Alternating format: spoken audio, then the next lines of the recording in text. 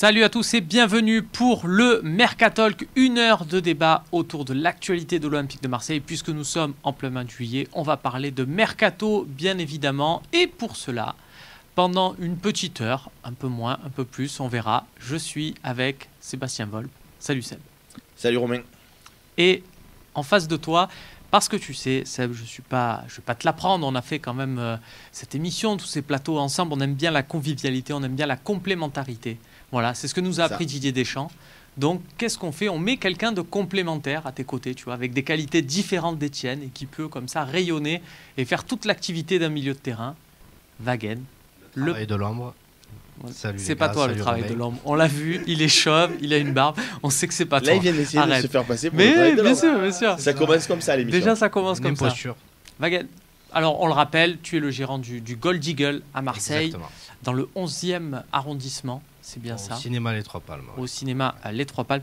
Je dis ça à chaque fois, j'ai vraiment, et c'est sincère, j'ai un grand sourire parce que ça me rappelle, j'ai de très bons souvenirs dans ton établissement. On a vécu ensemble la demi-finale retour à Salzbourg, avec ce but de Rolando, tout ça. On était tous, et rappelons Exactement, que tout ton établissement, il y avait quoi, 150, 200 personnes à ce moment-là? Ouais, en réservation, je crois qu'il y avait 220 personnes. Et ensuite, il y a eu tous les à côté. On devait mettre Donc, pas loin de 300. On devait mettre pas loin de 300.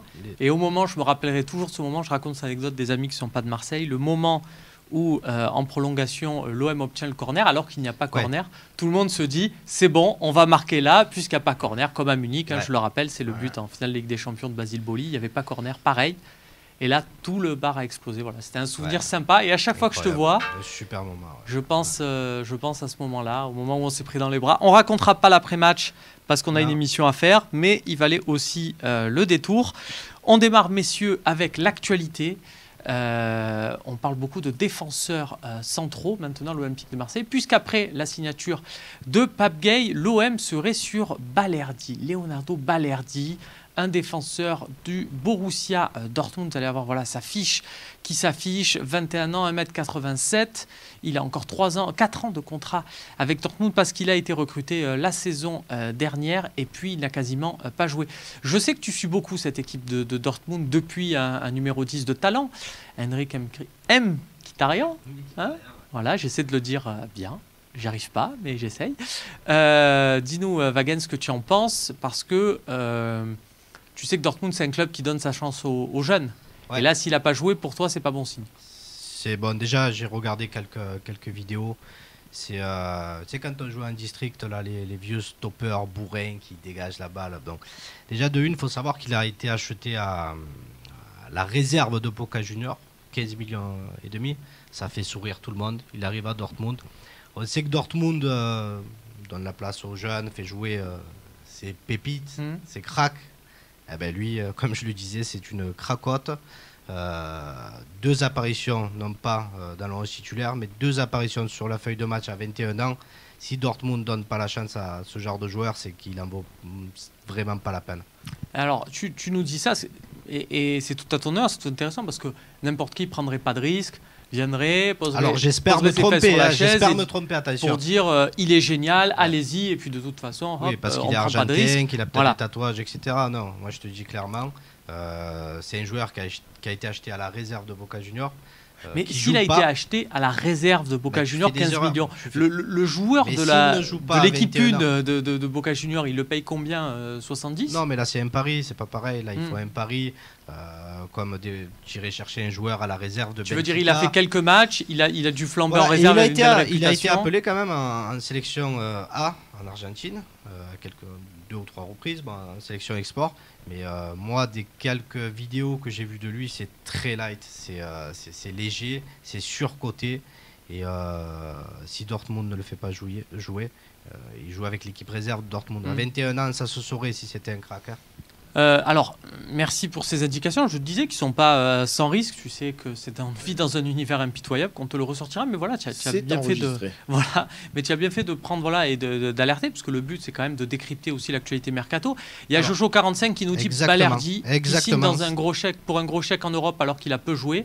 Ça ne vous rappelle pas un certain Doria? C'est ça, c'est le Doria argentin. Ouais, c'est ça. D'accord. Pour moi, c'est le Doria argentin. Ouais. Doria argentin. Ça va être dur, Seb, de se défaire de cette étiquette. Est-ce que toi, tu te dis, Villas-Boas, on le sait, c'est un grand fan de Boca Junior. Il est allé nous chercher Benedetto.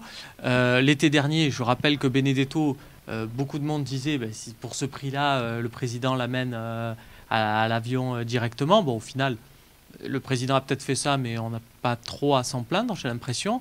Est-ce que tu te dis, si Villas-Boas l'a vu, c'est un recrutement Villas-Boas, moi, si Villas-Boas valide, je valide.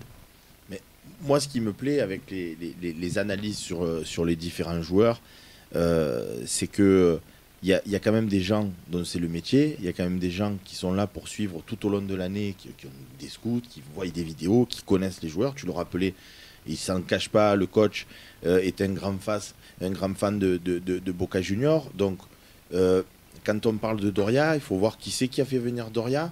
Je me souviens très bien l'année dernière, quand on avait commenté la venue d'Alvaro et la venue même l'année d'avant de Tchaleta-Tsar. Alors, c'était différent. Alvaro, d'entrée, il était nul.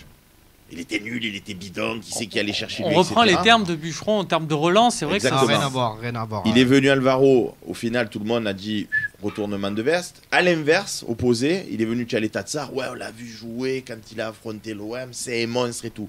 Il a eu un temps d'adaptation comme tout joueur de football au monde qui a été difficile. Donc là les supporters ils ont dit qui c'est qui a fait venir ce Tchaleta-Tsar? Exactement comme Strootman quand il est venu. 95% qui était suivi par Séville et par de grands clubs européens quand même, qui avait une référence. Qui ont dit oui, Strootman c'est incroyable, il vient de faire une fois qu'on voit qu'il a des difficultés physiques, que c'est plus le Strootman, bien qu'il était l'année d'avant encore une fois en demi-finale de la Ligue des Champions et qu'il avait fait une prestation quand même tout à fait correcte, hop, revirement de veste. Donc moi j'ai coutume de dire, et c'est ce que tu as précisé, et c'est ce qu'on a discuté avec Kevin Krivich, quand on a parlé de ce joueur, qui me disait c'est une énigme. Moi j'aime bien ce terme énigme, parce que ça veut tout dire et rien dire. Est-ce que le joueur va être performant? Est-ce qu'il va être nul? Moi la seule chose que je peux dire, c'est ce que tu as dit. Si Villas-Boas est sur ce joueur, c'est qu'il a déjà vu évoluer avec Boca. Tu peux ne pas être bon sur Dortmund ou ne pas avoir ta chance parce que le directeur sportif de Dortmund ou l'entraîneur ne te font pas confiance.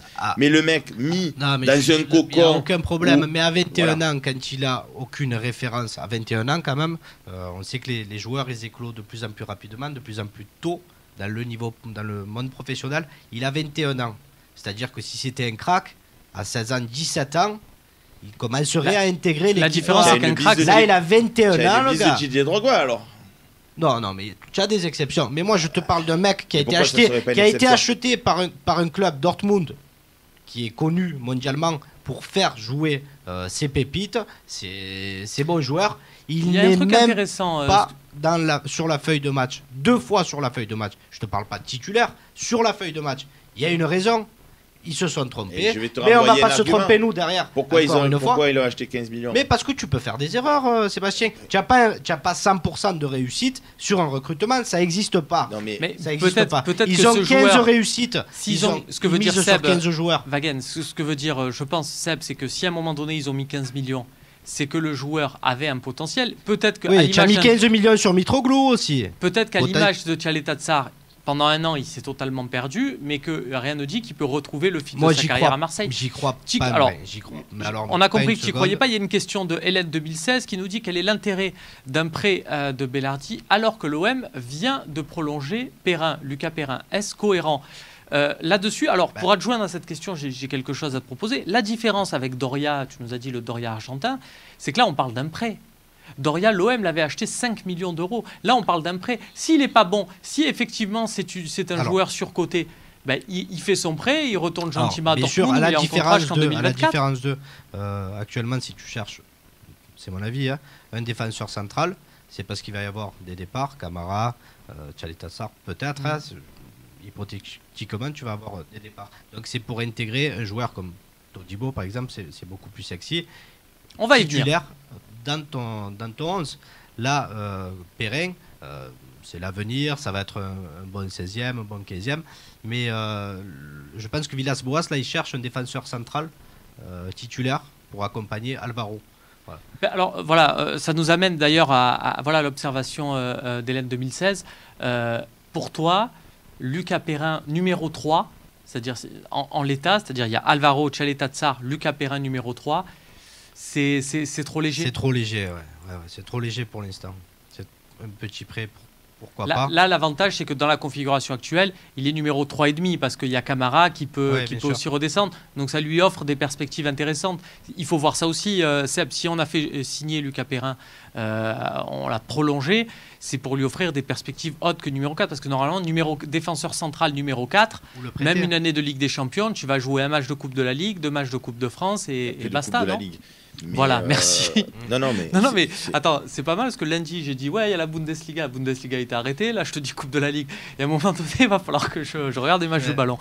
Non, mais Perrin, on le fait prolonger, mais il peut rester numéro 4. Et Belardi, il peut être... Moi, si on me fait venir Belardi par rapport à l'ensemble des joueurs que tu nous as proposés, moi, ça serait mon 3e choix. Je pense les 2 autres beaucoup plus forts. On va y passer. Mais disons que pour moi, les 2 autres peuvent intégrer la charnière de l'Olympique de Marseille en tant que titulaire. Belardi, ça serait plutôt le numéro 3. Mais moi, si tu me fais venir Belardi, encore une fois, je précise, puisque c'est, on l'a compris, Villas-Boas qui fait le recrutement en ce moment, je donne quitus à Villas-Boas. Il peut se tromper. Je ne dis pas à Villas-Boas, c'est le bon Dieu. Mais je veux faire confiance à Villas-Boas. Mais quand tu prends un joueur en prêt, généralement, c'est pour le faire jouer. On est d'accord. Donc, dans ton analyse, ça serait pas pour être numéro. Si tu prends. Mais on dirait Vagan, que tu n'as jamais vu, excuse-moi de te le dire comme ça, une équipe de foot évoluer sur une saison. Bien évidemment, mais c'est que tu as 4 joueurs. On a l'impression qu'il va y avoir Alvaro, Tchaleta-Tsar, on sait qu'il va être vendu. Mais Alvaro devait être remplaçant l'année dernière, on est d'accord. Admettons qu'on recrute un défenseur titulaire. Tu crois qu'on va avoir Alvaro et le défenseur titulaire toute l'année et que le 3 et le 4 donc il va jouer. Mais ce que je veux te dire, c'est que avec la vague des départs qui risquent d'arriver, tant qu'à faire, miser sur un jeune, miser sur quand même quelque chose qui a plus de références. Mais Romain te l'a dit, c'est un prêt. C'est un prêt. Donc si c'est un prêt, il n'y a pas de monnaie à sortir. Le salaire va peut-être pas être non plus mirobolant. Donc du coup, pour faire numéro 3 à l'Olympique de Marseille, et si chouchouté par Villas-Boas qui lui dit moi je te veux, à Dortmund on ne t'a pas fait confiance, moi je vais te faire te faire jouer titulaire. Pas bon. Mais on ne t'a pas fait confiance. C'est dans la boîte. Moi je dis, c'est dans la boîte. Mais je te le dis, je te le répète, c'est un joueur qui n'a aucun avenir. Très bien. Aucun avenir. Écoutez, messieurs, je ne sais pas dans quelle mesure vous regardez cette émission, si c'est en direct, si c'est en replay, vous avez tous les droits, bien évidemment. J'espère, moi je serai à votre place, je me mettrai des petites écouteurs, là, je me mettrai dans mon lit, sur mon oreiller, je fermerai les yeux et j'écouterai ces 2 voix débattre, c'est magnifique, j'adore ça. On va, messieurs, maintenant parler des autres pistes. Vous m'avez dit tous les deux, je crois que c'est toi, Seb, qui me disait... C'est mon choix numéro 3. Voyons donc si peut-être on a les 2 premiers ici avec Jean-Claire Todibo, donc un défenseur formé à Toulouse. Ça, c'est peut-être une garantie parce que c'est vrai qu'on parlait à Dortmund. Dortmund, c'est une équipe offensive qui prend généralement des buts. C'est pas réputé pour ses défenseurs, même s'il y a Matt Hummels. Jean-Claire Todibo, c'est Toulouse défensif. Voilà. Ils s'y connaissent. Il n'avait pas signé son contrat pro à Toulouse et il était parti la saison dernière directement à Barcelone. Il a fait quelques matchs, les classiques, les matchs de Ligue des Champions quand Barcelone est déjà qualifié. On lui laisse faire 90 minutes. Il est parti en prêt à Schalke 04, les ennemis de Dortmund. Voilà, il y a ce petit duel aussi.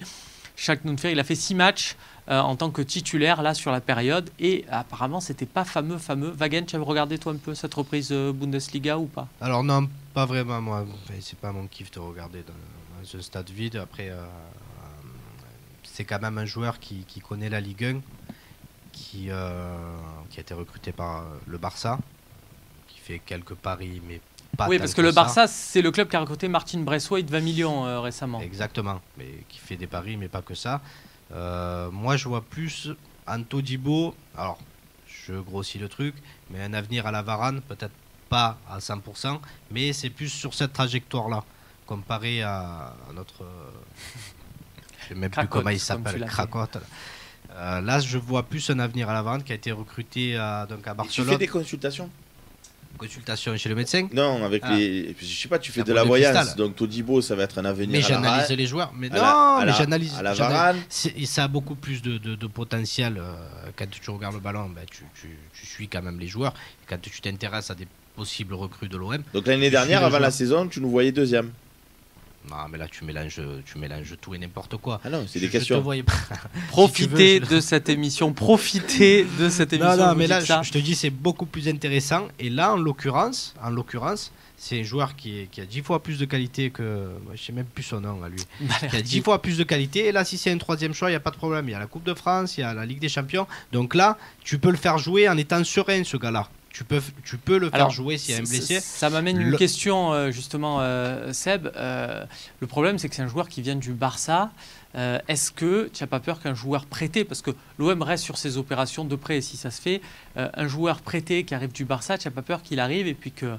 Ah non, mais attendez, moi je viens du Barça, c'est pas pour être numéro 3, qui a, on va dire, un domaine un peu d'exigence, un peu plus élevé, et qui va peut-être poser problème à l'Olympique de Marseille? Moi, comme je t'ai dit tout à l'heure, dans son parcours au garçon, je lui vois plus les épaules pour intégrer la charnière titulaire de l'Olympique de Marseille avec Alvaro. Alors c'est quand même un pari. Je te dis pas on prend quelqu'un, mais toi-même tu l'as précisé tout à l'heure, on va pas vendre, j'imagine, et Tchaleta Tsar et Bouba Kamara. Donc si vraiment c'était un flop, on peut toujours faire reculer Bouba Kamara à sa place. Il a du talent, il peut devenir très bon. C'est pas assurance tout risque, mais comme il va être accompagné d'Alvaro qui lui a de la bouteille, pourra certainement l'épauler dans son placement. Et il est français. Et on le voit, le joueur est technique. Comme tu le dis, là aussi, il a été recruté par Dortmund, là par le Barça. À un moment donné, j'aime bien imaginer que les gens qui travaillent, ils voient aussi pourquoi... Alors, attention, Andoni Zubizarreta, qui a travaillé à l'OM, a aussi travaillé à Barcelone. Ouais. Oui, mais il a fait venir Alvaro, et au final, quand tu regardes, même si on l'a beaucoup critiqué, moi le premier, et notamment sur les ventes, Zubizarreta, qu'est-ce qu'il a fait venir? Il a fait venir Alvaro, on était tous contents. Il a fait venir Benedetto. Et je mets de côté le fait, oui, mais c'est pas lui, c'est Villas-Boas, c'est tout. Il était dans la cellule de recrutement, il en était le responsable, donc il a quand même validé. Donc, tu pourras me dire, effectivement, comme tu as dit tout à l'heure, il a aussi fait venir Pim Pam et Poum. Ça faisait longtemps que je ne l'avais pas placé parce qu'il n'y avait pas de match. Mais il a fait venir aussi des Kostas Mitroglou. Voilà. Il a eu des erreurs. Mais en général, mais c'est pareil, voilà. Tu disais tout à l'heure Mitroglou. Je suis désolé, et moi je dirais tout le temps ça, parce que je pense que c'est la seule réponse à avoir. C'est quand un joueur vient dans un club, c'est difficile de te dire ouais, tu vas voir, ferme les yeux, il va être monumental. Moi, vous le savez, j'adore Michy Batshuayi. Il est parti quand même toucher le ballon. Il est parti de l'OM, j'ai dit vous allez voir la carrière qu'il va faire. Bon, ben, il s'est pas adapté pour l'instant très rarement au club dans lequel il a joué. Et toi, je sais que tu es fan de Immobilier. Immobilier, dans son parcours professionnel, il y a eu des passages notamment Dortmund, complètement avides. Messieurs, et tu aurais dit quoi si on devait se faire prêter Immobilier? Non, mais il n'était pas dégueulasse non plus. Il avait quand même des statistiques qui étaient on revient, en dessous messieurs, des attentes. même si on salue la saison de Ciro Immobilier, meilleur buteur de Serie A. Moi, ça fait 3 ans que je le dis. Qui porte une Lazio quasiment tout seul, qui va malheureusement échouer dans la quête du titre, mais qui aura fait une très très belle saison de Serie A, quoique c'est peut-être pas joué, on ne sait jamais. Revenons sur ce débat des défenseurs centraux olympiques de Marseille, et excusez-moi d'insister avec Todibo. J'ai vu Lucas Silva, prêté par le Real Madrid à Marseille, un flop. Je me souviens de Philippe Cristanval, un flop aussi. Est-ce que, et c'est ma vraie crainte, quand un joueur est au Real Madrid, à Barcelone, dans une institution, le plus grand club du monde, quand il est prêté à l'OM, il se dit, bah, moi je suis de Barcelone, il voit ça comme un peu une maison de vacances. Est-ce qu'on n'a pas peur de ça? Il a 20 ans, il est français. Et justement. Il était à Toulouse, il était prêté à Schalke. Mais est-ce que là, maintenant, il ne se dit pas dans sa tête, je suis un mec de Barcelone, je côtoie Messi, là, qu'est-ce que je vais me faire chier avec Saïf Raoui? Je vais répondre, je pense, de manière assez pertinente, une fois n'est pas coutume, à ta question. Je me souviens d'un Dimitri Payet sous Rudy Garcia qui mettait plus un pied devant l'autre et qu'on voulait presque bazarder sur le marché des transferts parce qu'il était insupportable, de nonchalance, de tout ce que tu voudras. Il est arrivé un Villas-Boas, le mec a marché sur l'eau, il a tout donné, il a dit en conférence de presse avant Lyon, je vais casser la bouche à Garcia, il a fait un doublé, si je ne dis pas de bêtises. Donc, moi, ce que je pense, c'est qui encadre les joueurs. qui te met dans les meilleures conditions et qui meilleur dans les dispositions. Quand il est venu, que ce soit Doria, bon, c'était Marcelo Bielsa, mais il est un petit peu foufou dans son genre aussi, le garçon. Quand il est venu, aide-moi, le joueur espagnol dont tu parlais, Lucas Silva. Lucas Silva, c'était qui l'entraîneur à ce moment-là? Michel. Bien sûr, Donc, pour te mettre dans les meilleures dispositions, c'est pas évident. Là, s'il vient Todibo, qu'est-ce qui s'est passé avec Rongier? Rappelez-vous, il est arrivé Rongier. Romain Canuti, il voulait que Rongier soit titulaire. Vagan Achotia, il voulait que Rongier soit titulaire. Et Sébastien Volpe, je voulais que Rongier soit titulaire. Villas-Boas, il lui a dit, tu vas sur le banc et tu vas gagner ta place. Mais qu'est-ce qu'on a vu d'autre? Que du coup, le jeune Lopez, il a marché sur l'eau pendant 2-3 matchs, que Sanson, il a marché sur l'eau pendant 2-3 matchs, parce qu'il savait qu'il y avait Rongier derrière. Donc je pense que Villas-Boas, il va dire à Todibo, si tu viens, d'abord, il y a Alvaro Camara qui vont commencer, et tu vas gagner ta place. Il ne va pas lui dire, t'es titulaire, vas-y joue. Donc j'ai moins peur par rapport à ta question, par rapport à ça. Sûr, mais et je ne fais pas de Villas-Boas. N'importe quel jeune qui arrive, je pense pas qu'il viendra avec un statut de titulaire en puissance. Non mais Romain a raison dans sa question. Quand il dit il vient de Barcelone, il peut avoir le melon, mais je pense qu'il va se faire sèchement encadré par Villas-Boas, qui nous l'a déjà montré avec Rongier ou avec d'autres. Ceci étant dit, je ne suis pas en train de dire quoi qu'il se passe, quoi que Villas-Boas décide, carte blanche, Titus, je peux. Et on peut critiquer aussi Villas-Boas. Mais bon, pour l'instant, de toute façon, avant de signer, il y a toujours de longues discussions avec l'entraîneur qui met les choses à plat. Ceci étant dit, on n'a pas répondu à la question. On va y passer à la question de Nantais, fan de l'OM, qui nous dit dans quel timing ça pourrait se faire, Balerdi ou Todibo, vu que le marché français ferme. Alors ça va fermer, voilà, c'est ça, ça va fermer pendant un mois et réouvrir. Ça n'empêche pas de travailler. Voilà, ça n'empêche pas de se mettre d'accord avec un joueur, d'attendre. On rappelle que l'OM, tu parlais de Rongier, s'était mis d'accord avec Rongier en lui disant dès qu'il y a un départ, on vient, on fait le transfert. Ça s'était fait au tout dernier moment, mais les contacts avaient été amorcés bien avant. On va passer, messieurs, à un dernier profil dans cette grosse page. C'est clairement de l'intox. Alors, je ne suis pas là pour dire tel journaliste a sorti une bonne info, tel journaliste a sorti une pas bonne. Si cette information est sortie dans la presse, c'est qu'elle se justifie par certaines sources. Mais on sait des fois les motivations sont diverses. Alex Disasi, donc, qui a fait toute la saison en Ligue 1 avec Reims, meilleure défense, qui a été plutôt costaud, voire très costaud. Reims Ah, Reims, pardon. Oui. Ouais. Je sais ce que ça je dis. Arrive même au meilleur, c'est pas grave. C'est pas grave. Ça arrive. Donc voilà, que Reims voudrait transférer pour 15 millions d'euros parce qu'à Wolverhampton, parce qu'à Southampton, parce qu'à Monaco. Parce qu'il y a le marché anglais. Ouais. Rennes, on se demande ce que vient foutre l'OM gentiment là-dedans. Donc c'est possible que son agent ait envie de faire monter les enchères. Possible surtout que Reims, qui ait envie de le vendre, dise attention, on pourrait aussi le vendre à Marseille. C'est pas sérieux. Ouais, c'est peut-être pas sérieux, mais en tout état de cause, sur les 3 garçons, lui, tu peux le mettre à côté d'Alvaro, tu fermes les yeux et tu as ton titulaire. Je rappelle à qui veut l'entendre qu'on va quand même jouer la Champions League. Alors, et moi, d'avoir Alvaro Disasi, même si je suis d'accord avec toi, pour l'instant, à ce stade, c'est fantaisiste. Ça reste quand même très cher. Ça reste quand même, c'est très bon. Est-ce que, mais voilà, mais bien sûr, moi j'adore. Hein, moi j'adore. Mais quand tu es capable de mettre 15 millions sur Tchale Tatsar, tu peux vraiment, en fermant les yeux, comme tu dis, mettre 15 millions. Alors, peut-être pas 15, mais à 10. Alors voilà, Wagen, là on est dans tout le problème. Merci de mettre les pieds dans le plat, comme on dit. Disasi, l'OM était capable de mettre 20 millions d'euros sur Tchale Tatsar il y a 2 ans. L'OM n'est plus capable de les mettre. Mais tu es en Ligue des Champions, comme ils viennent de le préciser. Si tu peux faire une recrue, et c'est ma question, à 15 millions d'euros, tu prends Disasi ou Mbaye-Niang? Disasi. Tu prends un défenseur central plutôt qu'un attaquant. Non, mais on a dit tout à l'heure. Mais attends, après, on va vendre Tchale Tatsar. Si tu vends Tchale Tatsar et que tu veux laisser ton milieu de terrain avec Camara, à un moment donné, il va falloir que tu aies quelqu'un costaud derrière. Tu sais, non, mais ça c'est une stratégie. C'est une stratégie, messieurs, mais il y a un déficit à combler. On aimerait bien aussi remplacer par beaucoup de joueurs. S'il n'y a pas de possibilité, c'est ça que je vous dis. Si on doit vendre Tchale Tatsar, parce que là, ça. Devant, tu as quand même une attaque. Tu as quand même une attaque qui est intéressante, même si tu maintiens encore Benedetto, que tu prends un joueur en prêt, etc. Derrière, si tu perds Tchale Tatsar, en Ligue des Champions, tu joues avec Alvaro et point d'interrogation ou Camara éventuellement, c'est beaucoup plus inquiétant. Donc c'est pour ça que je te dis que moi, personnellement, ce n'est que mon avis, je miserais sur un défenseur central confirmé, meilleure défense de Ligue 1. Et c'est un type de joueur, ce profil-là, j'adore. Donc moi, je miserais là-dessus. Parce que oui, après, voilà, c'est quelqu'un de régulier. Non, il joue que défenseur central. Mais il a que 22 ans. Il peut devenir polyvalent. Villas-Boas peut. Voilà, sur une saison, tout est possible. Mais déjà au poste de défenseur central, c'est super costaud.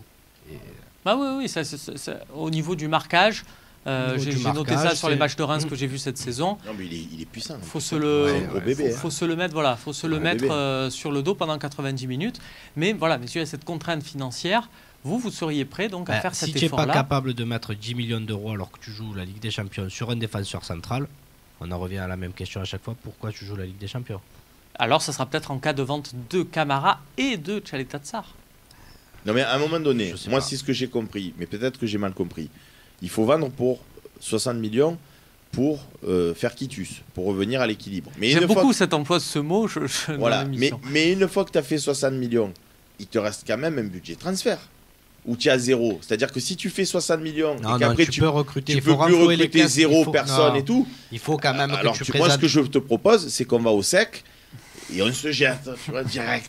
Non, faut que tu vendes pour montrer que tu es quand même. Tu ne fais pas que acheter. Tu ne fais pas que acheter. Voilà. Faut quand même, mais derrière, tu peux quand même acheter. Je pense. Oui, et puis, qu'est-ce qu'il a pas ce budget-là? Est-ce qu'il le voudrait dis ça si. Non, je dis ça, je dis rien.